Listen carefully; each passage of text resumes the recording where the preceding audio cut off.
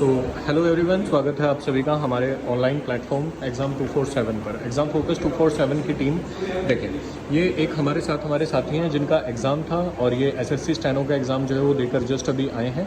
तो आइए इनसे कुछ हम सवाल पूछते हैं, बताइए। हाँ तो भाई चलिए, सबसे पहले अपना नाम बताइए, क्या नाम है आपका?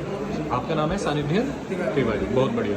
तो सानिध्य, आपने जो एग्ज़ाम दिया उसमें जैसा कि ये चर्चा का विषय बना हुआ है कि किस तरीके के क्वेश्चन अभी आ रहे हैं एडिबिलिटी में, तो आपने क्या महसूस किया वहाँ पर? कुछ थोड़ा क्वेश्चंस कुछ गलत थे या नहीं, कुछ ऐसा? सर इंग्लिश में तो अगर हम बात करें तो PQRS में बहुत ज़्यादा मिस्टेक्स थी, क्योंकि उसमें ऑप्शंस एक दो सही नहीं थे। सर सेकंड बात रीजनिंग की अगर बात करें, उसमें हाफ क्वेश्चंस तो हाफ जो वेटेज थी वो मैथ्स की थी, यानी कि सब्जेक्ट को मिक्स करके क्वेश्चन पूछे गए थे, क्लियरिटी नहीं। क्लियरिटी नहीं थी। और अगर रीजनिंग के सब्जेक्ट्स उसके टॉपिक्स की बात करें तो दो ही टॉपिक से आ रहा था, एक ब्लड रिलेशन और दूसरा डायरेक्शन, इसके अलावा और कुछ नहीं था। ओके, और आपका जो सेंटर था वो कहाँ पर गया था? ग्रेटर नोएडा। ग्रेटर नोएडा, चलिए ठीक है। इसके अलावा और क्या क्या असुविधाएँ आपको महसूस हुई?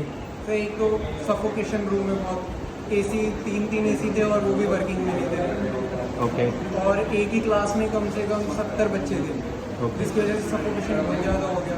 और दूसरा अगर हम एग्ज़ाम की बात करें तो सर एग्ज़ाम में आंसर जो थे वो हो रहे थे, जैसे हाईलाइट हो रहे थे पूरे आंसर रीजनिंग के पार्ट में। ओके ठीक है। तो जैसे अगर हम एग्ज़ाम के पैटर्न की बात करें तो ये कुछ मिलता जुलता पैटर्न था या पैटर्न में भी कुछ बदलाव किए गए थे? पैटर्न मिलता जुलता है, बस रीजनिंग बहुत ज़्यादा वैसी कर दी थी।